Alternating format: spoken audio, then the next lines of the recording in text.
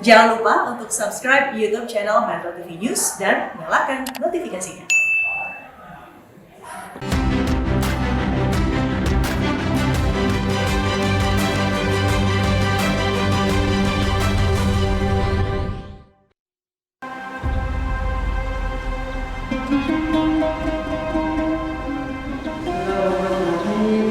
Assalamualaikum warahmatullahi wabarakatuh.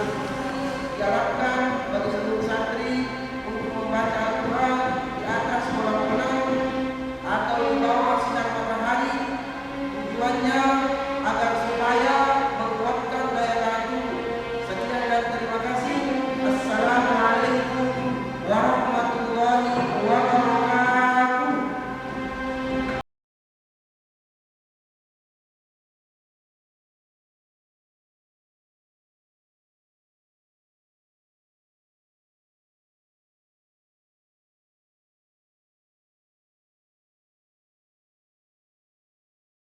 A'udzu billahi minasy syaithanir rajim. Bismillahirrahmanirrahim.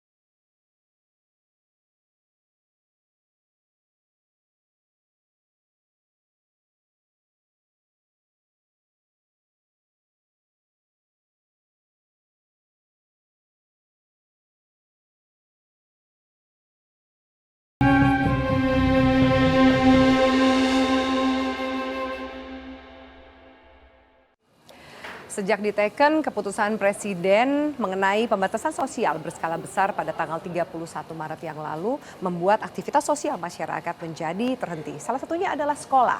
Makanya tidak sedikit pondok pesantren yang harus memulangkan para santrinya ke kampung halaman untuk menghindari penularan COVID-19. Saat ini di Indonesia sendiri terdapat sekitar 28.000 pondok pesantren di 34 provinsi yang terkena dampaknya. Tentu menyambut kenormalan yang baru, hal ini menjadi tantangan tersendiri bagi penyelenggara pendidikan di pondok pesantren. Nah, bagaimana para santri menyambut kenormalan yang baru?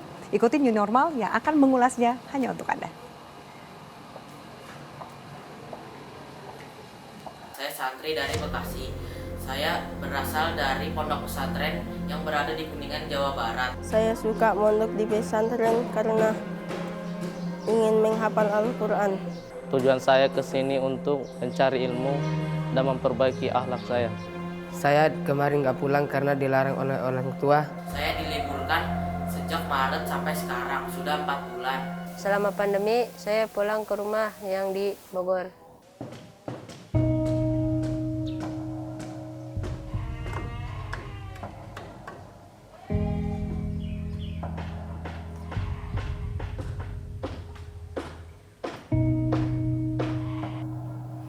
Menurut catatan dari pemerintah Kabupaten Bogor, ada tidak kurang dari 2.500 pondok pesantren tersebar di seluruh Kabupaten Bogor.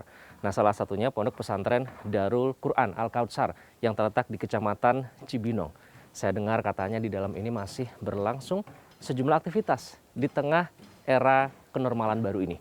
Kita akan lihat seperti apa aktivitas di dalam pondok pesantren Darul Quran ini.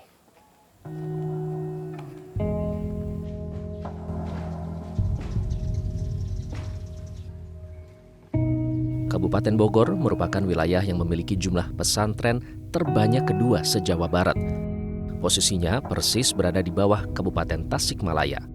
Setidaknya ada 85.000 santri yang menempuh pendidikan di Kabupaten Bogor. Dan Jawa Barat sendiri adalah provinsi dengan jumlah pesantren terbanyak di Indonesia, mencapai 30% dari total jumlah pesantren di Indonesia.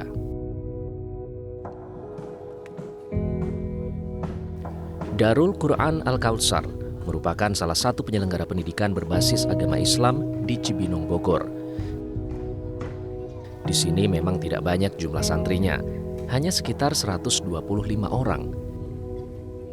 Itu pun sudah termasuk jumlah santri baru yang mendaftar pada Juli ini. Ada satu hal yang membuat saya tertarik untuk mengunjungi tempat ini,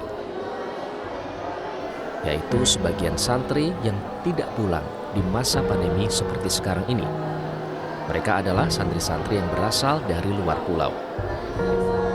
Ini di sini, santri-santri ini mengaji dengan tetap menerapkan protokol kesehatan. Yang pertama, ini jaraknya dijaga, ditunjukkan dengan tanda silang untuk menerapkan prinsip physical distancing atau jaga jarak. Pada saat berkunjung awal Juli lalu, sebenarnya masih masa liburan. Meski begitu, para santri ini tetap dibuat sibuk untuk mengisi kegiatan sehari-hari. Ya, sekarang saya ini sedang berada di ruang tidur atau bisa dibilang asramanya ya para santri di pondok pesantren ini. Kalau kita lihat, ini ada 1, 2, 3, 4, 5, 6, 7, 1 deret, 14 kali 2, 28. Ada 28 tempat tidur di sini. Tadi kalau kata Pak Ustadz, kata pengasuh, biasanya ini penuh semua oleh anak-anak, oleh para santri. Namun, sejak pandemi, ini sebagian besar dari para santri harus pulang atas permintaan keluarga mereka. Jadi, sekarang ya terlihat kosong. Seperti ini, meskipun masih ada beberapa anak-anak yang terlihat beristirahat. Ini lagi sepertinya kecapean ya, jadi saya nggak enak mengganggu. Tapi ada beberapa yang masih kebangun. Kita akan coba tanya pengalaman mereka di sini. Halo, halo. Kamu siapa namanya? Abdul Rahman. Coba agak di sini. Abdul Rahman, Abdul Rahman. Oke. Dari mana asalnya? Sulawesi. Sulawesi. Sulawesinya dari mana? Sulawesi Selatan, Enrekang. Di Enrekang. Udah berapa lama di sini, Abdul? 1 tahun. 1 tahun. Terakhir ketemu sama keluarga kapan? Tahun kemarin. Udah setahun berarti ya? Nggak ketemu sama keluarga. Terus selama ini telepon-teleponan kah atau gimana? Video call? Telepon-teleponan aja? Berarti sekarang lebih sering itu dong. Cuci tangan, pakai sanitizer, sama kalau keluar pakai masker juga. Sekarang udah boleh keluar belum? Udah boleh keluar pondok? Boleh tapi harus izin. Ya, itu tadi salah satu santri di pondok pesantren ini yang asalnya dari Enrekang, Sulawesi Selatan. Dia bilang sudah memang baru 1 tahun menjadi santri di sini dan selama ini berkomunikasi hanya lewat video call atau lewat telepon. Kangen juga katanya, tapi ya seperti itu, disalurkan dengan cara berkomunikasi melalui video call. Pada saat saya tanyakan gimana, apakah kangen atau pengen pulang, katanya di sini juga ramai kok, banyak teman-temannya. Jadi nggak apa-apa, yang penting saya jaga kesehatan dan rajin ngaji sesuai dengan pesan dari keluarganya.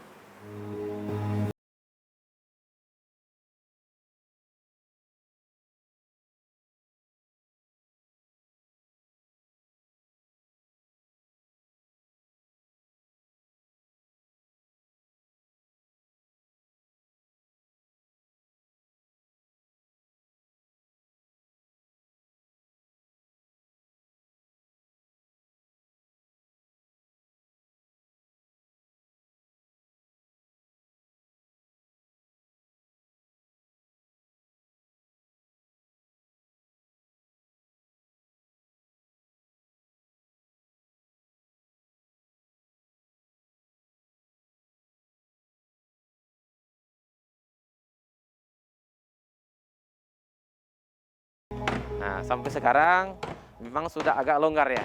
Karena walaupun Bogor ini zona merah, tapi memang pelan-pelan ya kita pelan-pelan new normal ini, pelan-pelan kita penyesuaian. Sehingga kita agak longgarkan tapi masih menjaga pakai masker, kemudian juga ya bagaimana dengan sosialisasi dengan masyarakat agak dibatasi dulu supaya tidak ada penyebaran nanti. Seiring dengan kemarin corona berkembang, ada perubahan perilaku nggak? Ya, alhamdulillah ada perubahan secara mereka otomatis yang biasanya hanya wudhu, kalau cuci tangan itu memakan, tapi di luar wudhu dan memakan biasa juga mereka cuci tangan. Habis mereka bersih-bersih langsung mereka cuci tangan. Ya, habis pokoknya beraktivitas yang dipastikan dia bersentuhan dengan lingkungan, tempat sampah lainnya, insya Allah pasti mereka langsung cuci tangan. Beberapa penyesuaian dilakukan di pesantren ini, termasuk memperbanyak kegiatan di luar ruangan seperti berjemur. Selain untuk meningkatkan daya tahan tubuh, belajar di alam terbuka seperti ini juga diyakini bisa memudahkan kegiatan para santri dalam menghafal ayat suci. Kondisinya seperti ini mereka tersebar ya di kolam yang ada di sekitar sini, tapi masih tetap melakukan protokol kesehatan dengan tetap menggunakan masker dan juga tetap masing-masing membawa hand sanitizer untuk menjaga kesehatan.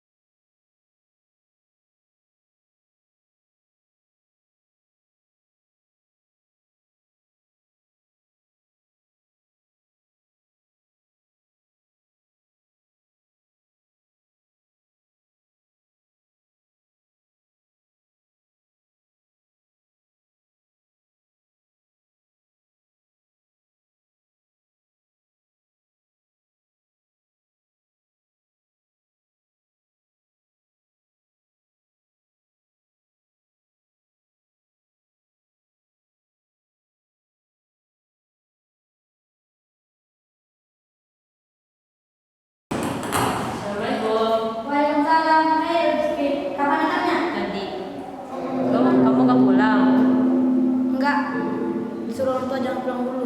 Emang kamu gak kangen sama orang tua? Kangen lah. Kamu main gak? Iya. Sejak April lalu, santri kelas 1 Ibtidaiyah ini pulang ke rumah orang tuanya di Jonggol. Cukup lama libur di rumah membuatnya bosan. Itu sebabnya Lutfi memilih untuk segera kembali ke pesantren untuk berkumpul lagi dengan teman-teman santrinya. Ketika mereka di sini, ya seperti biasa. Kegiatan seperti biasa, kemudian pengajian seperti biasa, sholat jamaah seperti biasa.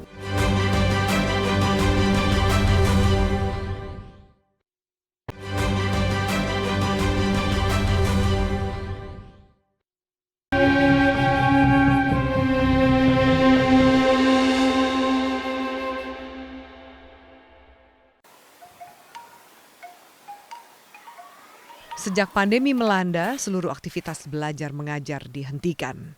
Pembelajaran dengan sistem tinggal bersama memang membuat banyak kalangan was-was. Ini demi mencegah kemunculan klaster baru penyebaran COVID-19. A'udzubillahi minasyaitonirrajim. Bismillahirrahmanirrahim. Qul ya ayyuhal kafirun.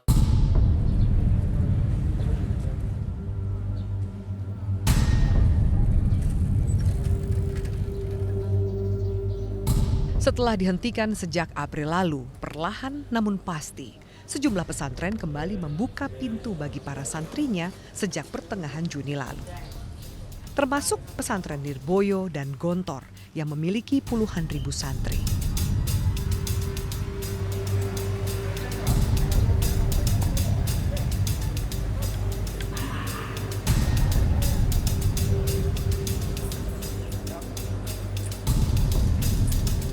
Di Ponorogo, Jawa Timur, sejak 18 hingga 22 Juni lalu, santri pondok pesantren Darussalam Gontor mulai berdatangan.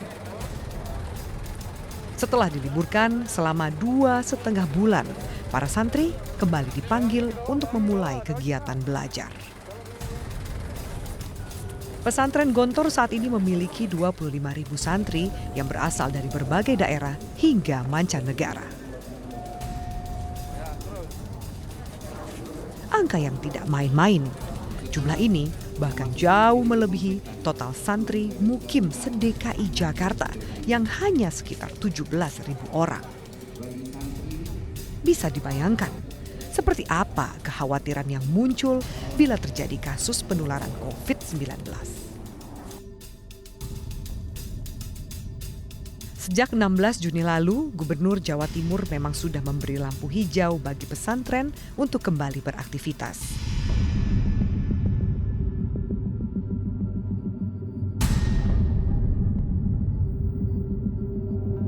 Satu fakta yang tidak bisa ditampik. Jawa Timur saat ini juga menjadi epicentrum penyebaran virus COVID-19 dengan 14 ribuan kasus. Untuk jumlah pesantren, Jawa Timur menempati posisi kedua tertinggi di Indonesia. Posisinya berada persis di bawah Jawa Barat. Tapi jangan salah, jumlah santri mukim di Jawa Timur justru paling banyak se-Indonesia. Pesantren Lirboyo termasuk yang memiliki santri cukup banyak. Jumlahnya hingga 28.000 orang. Saat pandemi berlangsung, 4.000 santrinya tertahan di pondok. Namun sejak Juni lalu, sebagian besar santri yang pulang juga kembali berdatangan secara bergelombang. Pada dasarnya santri selama di pondok itu nggak boleh keluar, kecuali izin. 100% mereka berada di pondok. Hanya beberapa santri tertentu dan pengurus tertentu yang bisa keluar masuk. Karena kalau dulu istilahnya pondok pesantren itu kan penjara suci. Kenapa disebut penjara ya? Karena santri itu selama dia di pondok nggak boleh keluar.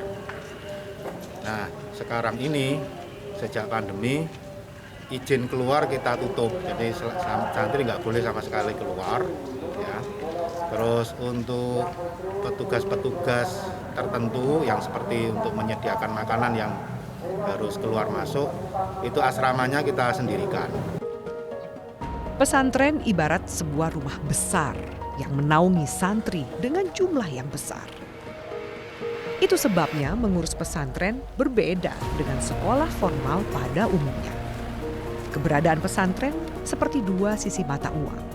Santri yang terus-terusan tinggal bersama membuat prinsip physical distancing agak sulit diterapkan. Namun di sisi lain, entitas pesantren yang lazimnya tertutup dari aktivitas dunia luar secara potensial sebenarnya juga bisa mengurangi potensi penyebaran COVID.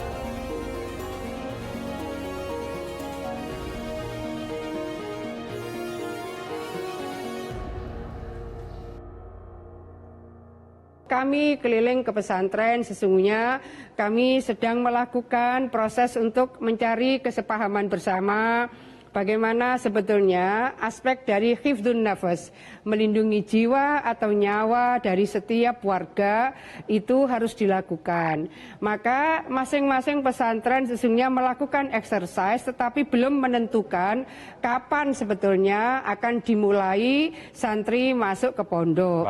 Hanya ada beberapa pesantren yang karena amanah leluhur-leluhur beliau, Syawal sudah harus masuk, maka hanya yang santri baru yang masuk.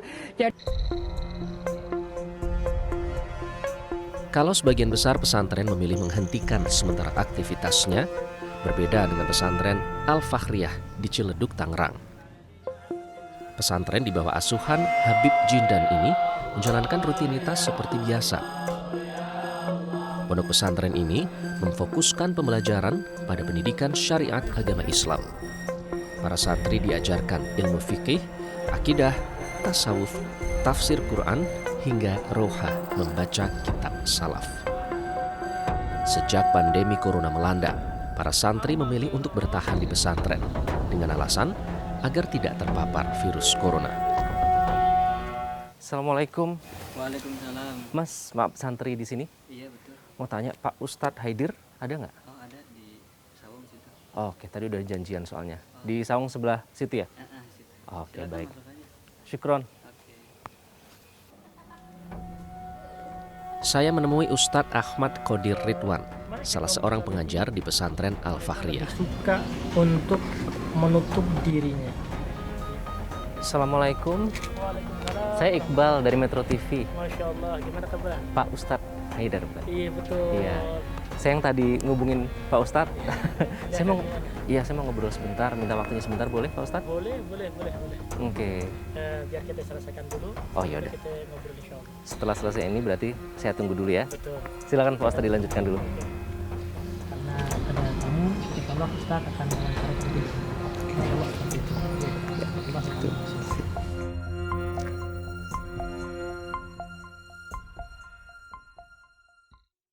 Ketika santri yang ada di sini karena sudah dikarantina wilayah sehingga kita anggap saudara kita sendiri, keluarga kita sendiri, dan kita sudah satu sama lain yakin mereka aman, bahkan kita tidak izinkan untuk keluar, gitu, sehingga mereka di sini merasa aman. Ketika mereka di sini ya seperti biasa, kegiatan seperti biasa, kemudian pengajian seperti biasa, sholat jamaah seperti biasa, begitu. Adapun santri yang memang pulang karena memang ketika akan di lockdown itu mereka orang tua minta izin untuk pulang, ya kita izinkan untuk pulang. Ketika mereka sudah pulang, maka ketika izin mau masuk ke sini harus ada persyaratannya. Begitu, ada persyaratan. Nanti setelah keadaan sudah kondusif, ya kemudian juga ada surat keterangan sehat sehingga kita bisa terima anak tersebut untuk masuk di Al-Fakhriyah ini. Oke. Berapa banyak yang kemarin pulang, Pak Ustadz? Yang kemarin pulang kurang lebih hampir berarti 2/3 daripada santri pulang.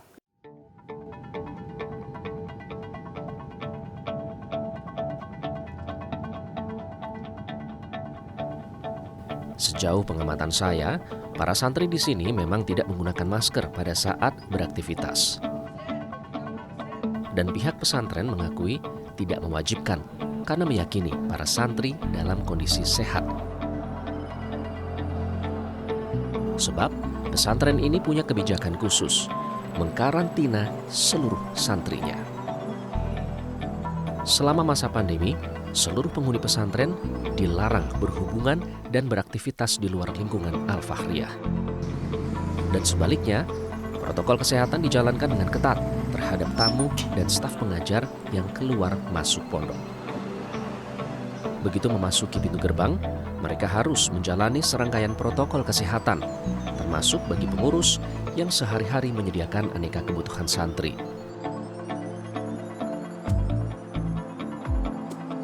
Ketatnya aturan keluar masuk pesantren Al-Fakhriyah ini juga dialami oleh Zakaria Lubis. Adanya larangan pulang membuat santri asal Medan ini melewati momen Idul Fitri jauh dari keluarga di rumah.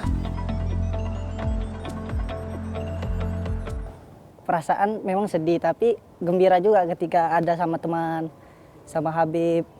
Jadi memang pertama-tama sedih lah, pertama dengar kabar nggak bisa raya di rumah. Tapi ketika kita udah ngalami suasana di pondok, oh terakhir enak juga ketika sama Habib, dekat sama Habib. Yang biasa kita jauh sama Habib seperti biasa-biasanya, tapi ketika di bulan Ramadan dan raya di sini, Habib kayak lebih dekat sama kita.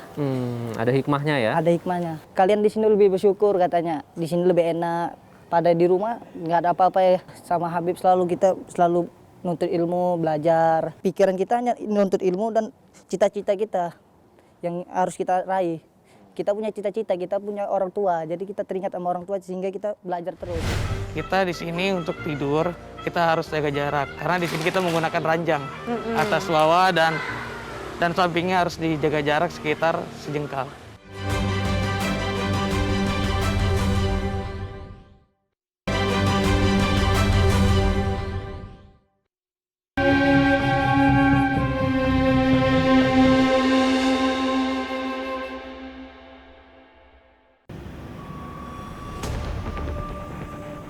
Dari 27 wilayah kabupaten dan kota yang ada di Jawa Barat, Kota Depok adalah satu-satunya kawasan berstatus zona merah.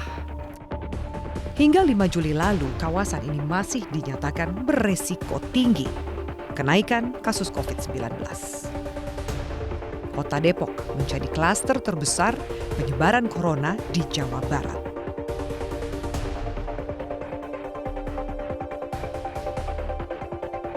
Lebih dari 9.800 orang terpapar, baik berstatus positif, ODP, PDP, OTG, pasien, maupun yang meninggal dunia.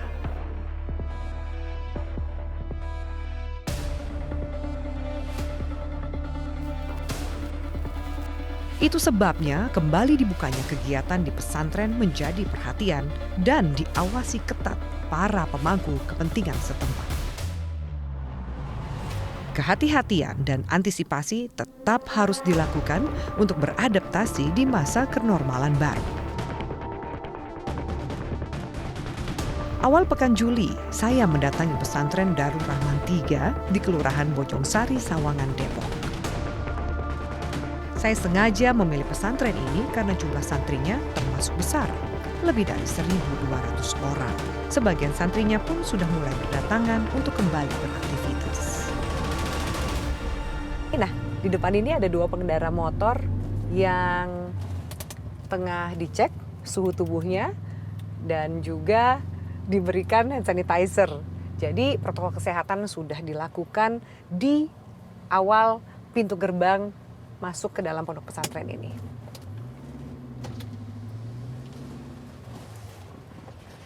Oke. Pengecekan juga dilakukan ke semua pengunjung pondok pesantren ini. Bentar ya, saya mau dicek suhunya juga. Siap, Pak. Ya. Terima kasih. Ya, silakan. Terima kasih, Pak. Seperti yang kamu lihat, semua yang ada di dalam mobil ini harus dicek suhunya dan juga tadi petugas langsung memberikan hand sanitizer sebagai mungkin langkah preventif penyebaran COVID-19. Kita akan menuju ke sana. Silakan. Mulai. 1, 2, 3. Hitung satu lama. 1, 2, 3. 2. 1, 2, 3. 3. 1, 2, 3. 4. 1, 2, 3. 5. Kali ini saya berada di pesantren modern Darul Rahman 3, tepatnya di Depok, Jawa Barat.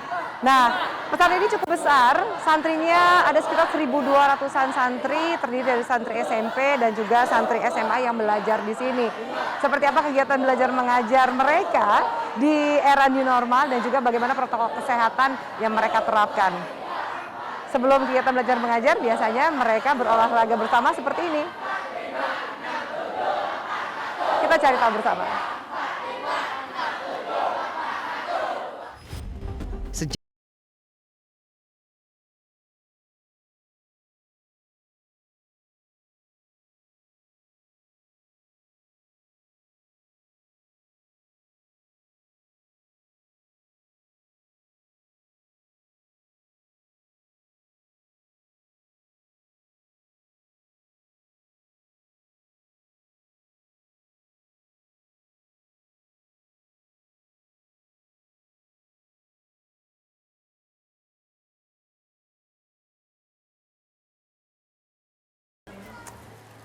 Sejak bulan Juni sebenarnya pesantren sudah diperbolehkan untuk aktif kembali dengan syarat protokol kesehatan yang ketat. Selain juga menyiapkan fasilitas protokol kesehatan seperti fasilitas mencuci tangan, menggunakan masker dan juga menjaga jarak, penyelenggara pesantren harus menyiapkan satuan gugus tugas percepatan penanganan COVID-19 untuk mencegah penularan dan juga penyebaran virus di pesantren. Menuju masa kenormalan baru, Kementerian Agama memang memberikan sederet peraturan. Di antaranya adalah hadirnya gugus tugas penanganan pencegahan COVID-19 di setiap pesantren. Kita harus melakukan kegiatan santri yaitu dengan pengecekan suhu dan penyemprotan setiap kamar dan lingkungan pondok pesantren Darul Rahman. Dilakukan secara berkala berapa hari atau berapa minggu? Untuk pengecekan suhu itu setiap pagi, siang dan malam ketika mau tidur. Pak, kalau kita lihat ini kan pesantren dikhawatirkan jadi klaster baru penyebaran COVID-19 karena anak-anak itu kan tidurnya barengan, sama-sama di satu ruangan, belajarnya juga seperti itu gitu. Kita di sini untuk tidur kita harus jaga jarak karena di sini kita menggunakan ranjang atas bawah dan dan sampingnya harus dijaga jarak sekitar sejengkal. Assalamualaikum warahmatullahi wabarakatuh. Para santri mulai berdatangan 2 pekan sebelum masa libur berakhir. Hal ini sengaja dilakukan sekaligus dimaksudkan sebagai karantina mandiri santri. Kunjungan rutin keluarga santri untuk sementara dibatasi. Untuk memenuhi kebutuhan para santri, pihak keluarga bisa mengirimkannya melalui paket. Berada jauh dan jarang bertemu dengan keluarga, barangkali sudah biasa dilakoni para santri. Namun di masa pandemi ini bisa dimaklumi kalau orang tua menjadi sedikit was-was. Itu sebabnya pihak pesantren memberikan kebebasan berkomunikasi dengan menggunakan fasilitas para pengajar. Ada yang bisa dibantu, mah? Bisa bicara dengan Kak Liva. Oh iya, kebetulan saya lagi kumpul-kumpul, mah, sama anak-anak. Sebentar saya lihat Kak Liva dulu ya. Ini Kak Liva ya. Assalamualaikum. Assalamualaikum, Mas. Waalaikumsalam. Mama sehat? Sehat, alhamdulillah. Kamu sehat? Alhamdulillah sehat. Sehat, alhamdulillah. Gimana di ada pondok? Alhamdulillah baik-baik aja di pondok. Mama di sana baik-baik aja? Alhamdulillah. Keadaan gimana? Kegiatan di pondok udah mulai apa aja? Kalau untuk kegiatan belajar mengajar belum, mah. Jadi kita kegiatan di sini olahraga, ibadah, salat duha. Makan gimana? Alhamdulillah makan, karena sekarang lagi social distancing, kita makan menggunakan barang-barang pribadi, mah. Jajan nggak jajan sembarangan kan? Enggak, mah. Di sini terjaga, insya Allah, amin. Kan tadi Kak Liva sudah bicara ya, Mas, sama Mama mengenai penjengukan. Nah, untuk dalam batas waktu yang belum bisa ditentukan, itu memang belum ada penjengukan ya, Ma. Iya. Jadi kalau untuk apa-apa, Mama bisa ngabarin ke saya lewat WA atau mau dikirim. Pokoknya untuk 2 minggu ke depan anak-anak benar-benar harus mematuhi protokol kesehatan yang ada di pondok nih, Mah. Gitu. Sampai nanti kalau memang keadaan sudah normal seperti biasanya, saya pasti langsung ngabarin lagi ke Mama. Nah, itu dia Bu, kuota yang paling penting itu. Bulanannya sekian rupiah gitu, jadinya berkali-kali rupiah.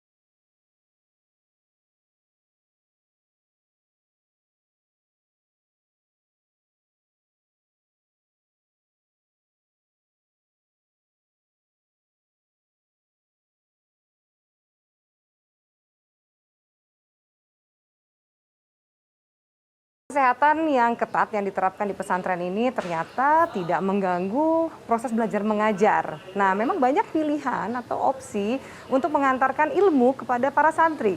Salah satunya adalah pembelajaran via online seperti yang diselenggarakan di kelas sebelah saya ini. Pak Miki, selamat siang. Selamat siang, Mbak Api. Apa kabar, Pak? Alhamdulillah baik. Mbak Api gimana? Alhamdulillah sehat. Siap. Ini di kelas yang ada di samping saya ini, mereka lagi belajar online ya, Pak? Iya, lagi belajar online. Kebetulan untuk setelah pandemi ini kita ada 2 sistem belajar, ada online sama offline. Jadi Ada kesulitan sejauh ini baik dari pengajar maupun para santri? Untuk selama ini tidak ada kesulitan, paling cuman sambungan internetnya aja kadang terputus di situ pada saat sedang belajar terputus, itu aja sih kendalanya. Gitu. Tapi alhamdulillah seiring berjalan sekarang sih aman-aman saja. Sudah lebih baik ya? Sudah lebih baik ya. Jadi Pak Miki boleh? Ya, boleh. Lihat. Boleh. Ganggu sedikit nih, anak-anak lagi belajar online. Assalamualaikum. Untuk kelas pembelajaran online di pesantren Darul Rahman 3, setiap santri dibekali fasilitas laptop. Ada 35 orang guru yang telah disiapkan untuk mengawal sistem pembelajaran jarak jauh ini. Baik guru mata pelajaran pendidikan umum maupun pendidikan keagamaan di pondok pesantren. Setelah tadi saya sempat menyaksikan para santri di sini belajar via online dan proses pembelajaran sudah selesai, saya akan langsung mewawancarai Bapak Muhammad Amin, salah satu guru di pesantren ini, dan Pak Muhammad Amin ini mengajar pelajaran IPA. Assalamualaikum Pak Amin. Waalaikumsalam Bu. Sehat Pak Amin? Alhamdulillah sehat Bu. Nah Pak Amin, ini tadi kan selesai proses belajar mengajar tapi via online, tidak dilaksanakan di dalam kelas. Sejauh ini bagaimana dari kacamata seorang pengajar memberikan pelajaran tapi via online? Apa yang dirasakan? Kalau yang saya rasakan, sepertinya ada feel atau rasa yang kurang gitu Bu. Yang biasanya kita sering tatap muka sama anak, kita sering bertanya kabar sama anak, kita bercandaan juga dengan anak, tapi karena terbatas dengan pembelajaran jarak jauh, jadi kayak kurang aja rasanya. Tentu kita berharap ada partisipasi aktif, kontribusi dari para siswa untuk bertanya dan lain-lain, berarti itu juga jauh berkurang ya Pak? Atau mungkin minim sama sekali? Walau untuk bertanya, ya memang sangat berkurang, apalagi siswa juga mungkin dalam hal penggunaan teknologi, misalkan bagaimana caranya berinteraksi menggunakan media Zoom ini, gitu. Kan timbal baliknya juga responnya agak kurang ya, salah satunya karena keterlambatan sinyal juga. Mungkin curhatannya Pak Amin sebagai pengajar minimal kalau di rumah mungkin ada ekstra kuota yang harus dikeluarkan supaya tetap bisa mengajar. Nah itu dia Bu, kuota yang paling penting itu, yang biasanya kuota bulanannya sekian rupiah gitu, jadinya berkali-kali rupiah. Bisa berlipat-lipat seberapa banyak Pak penambahannya? Berapa kali lipat dari biasanya?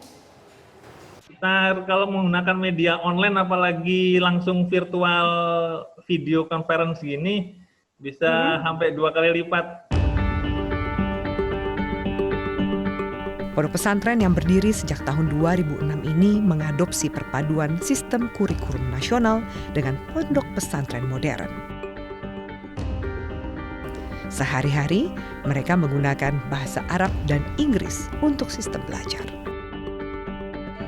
Di lahan seluas 7.140 meter persegi terdapat 34 ruang kelas yang terdiri dari tingkat SMP dan SMA.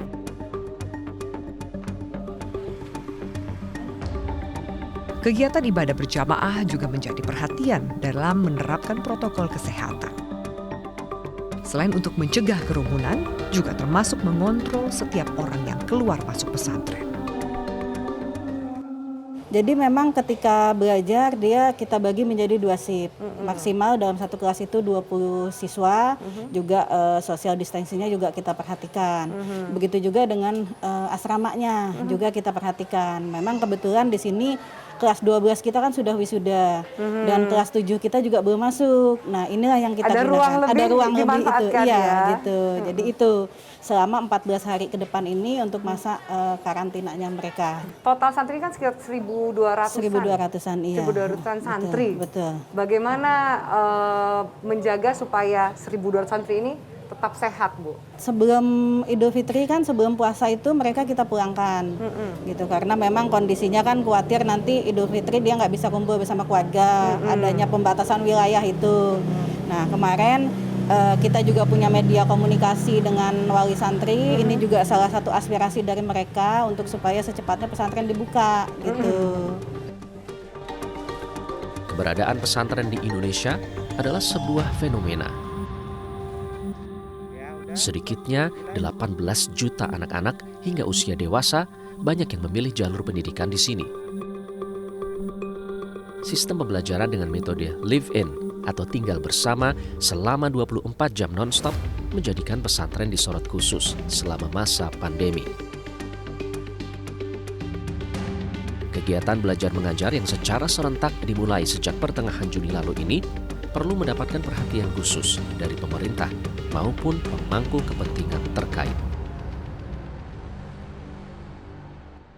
Nah, seperti apa terobosan dan juga kebijakan dari Kementerian Agama, terutama soal proses belajar mengajar di pesantren dalam masa pandemi ini menuju ke new normal. Saya langsung akan menemui Dirjen Bimas Islam Kementerian Agama, Bapak Kamarudin Amin berikut ini. Namun sebelumnya kita pakai masker dulu.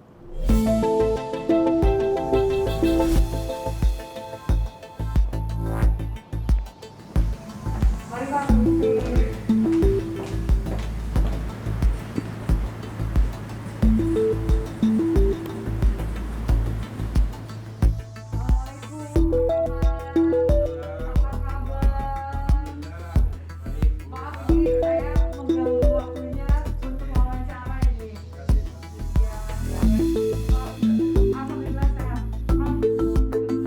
Harus seperti apa proses pembelajaran dan juga menjaga supaya tidak menjadi klaster baru penularan COVID? Ya, pertama, setiap pesantren yang menyelenggarakan proses pembelajaran di masa COVID harus punya gugus tugas. Gugus tugas COVID yang nanti bekerja sama dengan gugus tugas daerah. Jadi harus ada intervensi, afirmasi, bantuan, dukungan dari Pemda.